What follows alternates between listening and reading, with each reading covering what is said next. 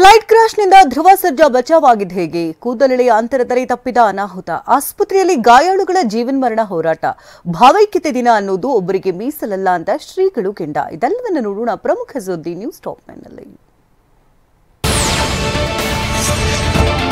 ರಾಮನಗರ ಜಿಲ್ಲಾಧಿಕಾರಿ ಕಚೇರಿ ಆವರಣದಲ್ಲಿ ವಕೀಲರ ಆಕ್ರೋಶದ ಕಹಳೆ ಮೊಳಗಿದೆ. ಜ್ಞಾನವಾಪಿ ಮಸೀದಿ ನೆಲಮಾಳಿಗೆಯಲ್ಲಿ ಹಿಂದೂಗಳಿಗೆ ಪೂಜೆಗೆ ಅವಕಾಶ ಮಾಡಿಕೊಟ್ಟಿದ್ದನ್ನ ಪ್ರಶ್ನಿಸಿ ಚಾಂದ್ ಪಾಷಾ ಎಂಬಾತ ಅವಹೇಳನಕಾರಿಯಾಗಿ ಪೋಸ್ಟ್ ಹಾಕಿದ್ದ. ಫೇಸ್ಬುಕ್ನಲ್ಲಿ ನ್ಯಾಯಾಧೀಶರ ಆದೇಶವನ್ನ ಪ್ರಶ್ನಿಸಿ ಅವಾಚ್ಯ ಪದ ಬಳಸಿ ಪೋಸ್ಟ್ ಹಾಕಿದವನು ಒಬ್ಬ ವಕೀಲ, ಜೊತೆಗೆ ಎಸ್ಡಿಪಿಐ ಕಾರ್ಯಕರ್ತ. ಈತನ ವಿರುದ್ಧ ದೂರು ದಾಖಲಾಗ್ತಿದ್ದಂತೆ ಫೇಸ್ಬುಕ್ ಪೋಸ್ಟ್ ಡಿಲೀಟ್ ಮಾಡಿದ್ದಾನೆ. ಪೊಲೀಸರು ಚಾಂದ್ ಪಾಷಾನನ್ನ ಬಂಧಿಸಿದ್ದಾರೆ. ವಕೀಲ ಚಾಂದ್ ಪಾಷಾ ಮಾಡಿರೋ ಅವಹೇಳನಕಾರಿ ಪೋಸ್ಟ್ ವಿಚಾರ ಇಷ್ಟಕ್ಕೆ ಮುಗಿದಿಲ್ಲ. ಚಾಂದ್ ಪಾಷಾ ವಿರುದ್ಧ ವಕೀಲರ ಗುಂಪೊಂದು ರಾಮನಗರ ಜಿಲ್ಲಾ ವಕೀಲರ ಸಂಘಕ್ಕೆ ದೂರು ಕೊಟ್ಟಿತ್ತು. ನನ್ನ ವಿರುದ್ಧ ಕೊಟ್ಟಿರೋ ಸುಳ್ಳು ದೂರು ಅಂತ ಮನವರಿಕೆ ಮಾಡಲು ಚಾಂದ್ ಪಾಷಾ ತನ್ನ ಆಪ್ತರ ಜೊತೆಗೆ ವಕೀಲರ ಸಂಘದ ಕಚೇರಿಗೆ ತೆರಳಿದ್ದ ವೇಳೆ ಜಟಾಪಟಿ ನಡೆದಿದೆ. ನೀವು ಪೋಷಕರಾಗಲು ಕಾಯುತ್ತಿದ್ದೀರಾ? ಚಿಂತಿಸದಿರಿ. ಓಯಾಸಿಸ್ ಫರ್ಟಿಲಿಟಿ 90,000 ದಂಪತಿಗಳ ಜೀವನದಲ್ಲಿ ಸಂತೋಷವನ್ನು ತಂದಿದೆ. 7825893601ಗೆ ಕರೆ ಮಾಡಿ ಅತ್ಯದ್ಭುತ ರಿಯಾಯಿತಿ ಪಡೆಯಿರಿ ಹಾಗೂ ಎಲ್ಲರಿಗೂ ಗುಡ್ ನ್ಯೂಸ್ ಕೊಡಿ. ಈ ವೇಳೆ ತನ್ನ ಹಾಗೂ ತನ್ನ ಜೊತೆ ಬಂದಿದ್ದವರ ಮೇಲೆ ಹಲ್ಲೆ ಮಾಡಿ ಧಾರ್ಮಿಕವಾಗಿ ನಿಂದಿಸಿದ್ದಾರೆ ಅಂತ 40 ವಕೀಲರ ವಿರುದ್ಧ ರಾಮನಗರ ಠಾಣೆಗೆ ದೂರು ನೀಡಿದ್ರು.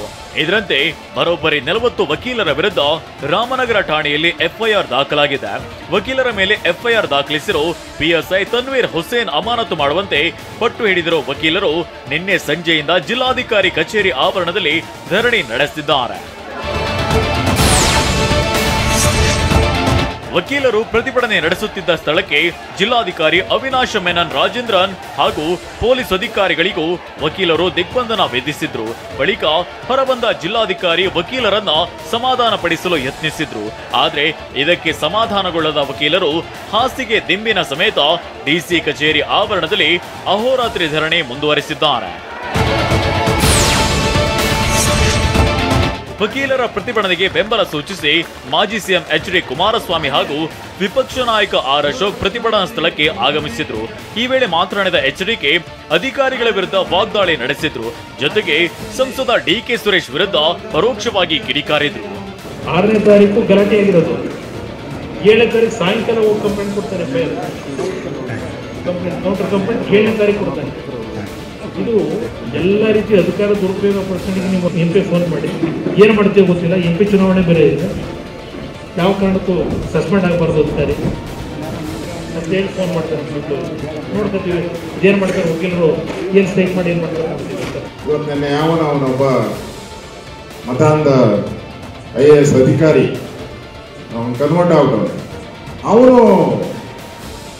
ನಾನು ಹೇಳ್ತಾ ಇದ್ದೀನಿ ರೀ, ನಾನೇ ಸರ್ಕಾರ, ನಾನೇ ಆದೇಶ ಅಂತ ಹೇಳಿ ಅದನ್ನು ತೆಗೆದಾಕ್ತಿದ್ದೆ.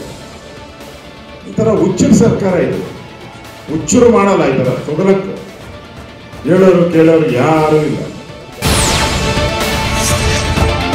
ಇವತ್ತು ಕೂಡ ವಕೀಲರ ಪ್ರತಿಭಟನೆ ಮುಂದುವರಿಯಲಿದ್ದು ಪಿಎಸ್ಐ ತನ್ವೀರ್ ಹುಸೇನ್ ಅಮಾನತು ಮಾಡುವವರೆಗೂ ಸ್ಥಳದಿಂದ ಕದಲೋದಿಲ್ಲ ಅಂತ ವಕೀಲರು ಪಟ್ಟು ಹಿಡಿದಿದ್ದಾರೆ. ಇನ್ನು ಜಿಲ್ಲಾಧಿಕಾರಿ ಕಚೇರಿ ಬಳಿ ವಕೀಲರ ಪ್ರತಿಭಟನೆ ಹಿನ್ನೆಲೆ ಭಾರಿ ಪೊಲೀಸ್ ಬಂದೋಬಸ್ತ್ ಏರ್ಪಡಿಸಲಾಗಿದೆ. 700ಕ್ಕೂ ಹೆಚ್ಚು ಪೊಲೀಸರನ್ನ ನಿಯೋಜನೆ ಮಾಡಲಾಗಿದ್ದು ಬಾಡಿ ಕ್ಯಾಮೆರಾ ಹೊಂದಿರೋ 100 ಸಿಬ್ಬಂದಿ, CC camera, 40 handy camera, 2 drone ಕ್ಯಾಮೆರಾದಿಂದ ನಿಗಾ ಇಡಲಾಗಿದೆ. ಲಿಂಗೈಕ್ಯ ಸಿದ್ಧಲಿಂಗ ಶ್ರೀ ಜಯಂತಿಯನ್ನ ಭಾವೈಕ್ಯತೆ ದಿನವಾಗಿ ಆಚರಣೆಗೆ ಲಿಂಗಾಲೇಶ್ವರ ಶ್ರೀ ಆಕ್ಷೇಪಣೆಗೆ ತೋಂಟದಾರ್ಯ ಮಠದ ಶ್ರೀಗಳ ಕೌಂಟರ್ ಕೊಟ್ಟಿದ್ದಾರೆ. ಭಾವೈಕ್ಯತೆ ದಿನ ಅನ್ನೋದು ಒಬ್ಬರಿಗೆ ಮೀಸಲು ಅಲ್ಲ. ತೋಂಟದಾರ್ಯ ಮಠ ಸರ್ವ ಜನಾಂಗದ ಶಾಂತಿಗೆ ತೋಟ. ಜಾತ್ರೆಯ ಕಮಿಟಿಗೆ ಮುಸ್ಲಿಂ ವ್ಯಕ್ತಿಯನ್ನ ಅಧ್ಯಕ್ಷರನ್ನಾಗಿ ಮಾಡಿದ್ದೇವೆ. ಮಸೀದಿಗಳಿಗೆ ಮಠದ ಜಾಗ ಬಿಟ್ಟು ಕೊಟ್ಟಿದ್ದೇವೆ ಅಂತ ಸಿದ್ದರಾಮ ಶ್ರೀಗಳು ಹೇಳಿದ್ರು. ಲಿಂಗಾಯತ ಪ್ರತ್ಯೇಕ ಧರ್ಮದ ಹೋರಾಟದಲ್ಲಿ ಲಿಂಗೈಕ್ಯ ಸಿದ್ಧಲಿಂಗ ಶ್ರೀ ಇದ್ದರು. ಹೀಗಾಗಿ ಶ್ರೀಗಳಿಗೆ ಭಾವೈಕ್ಯತೆ ಪದ ಬಳಸಬೇಡಿ ಅಂತ ಲಿಂಗಾಲೇಶ್ವರ ಶ್ರೀ ಹೇಳಿದ್ದಾರೆ. ಗದಗ ನಗರದಲ್ಲಿ ಮಾತನಾಡಿದ ತೋಂಟದಾರ್ಯ ಮಠದ ಸಿದ್ದರಾಮ ಶ್ರೀಗಳು, ಲಿಂಗಾಯತ ಪ್ರತ್ಯೇಕ ಧರ್ಮವೇ, ಅದನ್ನು ಯಾರೂ ಒಡೆಯಬೇಕಿಲ್ಲ. ವೀರಶೈವ ಅನ್ನೋದು ಲಿಂಗಾಯತ ಧರ್ಮದ ಒಂದು ಭಾಗ.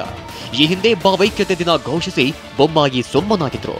ರಾಜಕಾರಣಿಗಳು ಯಾರ್ಯಾರಿಗೆ ಮಣಿಯುತ್ತಾರೋ ಗೊತ್ತಿಲ್ಲ, ಯಾರೋ ಒಬ್ಬರಿಗೆ ಮಣಿದು ಆಚರಣೆ ಕೈಬಿಟ್ಟರು ಅಂತ ಸಿದ್ದರಾಮ ಶ್ರೀ ಹೇಳಿದ್ರು.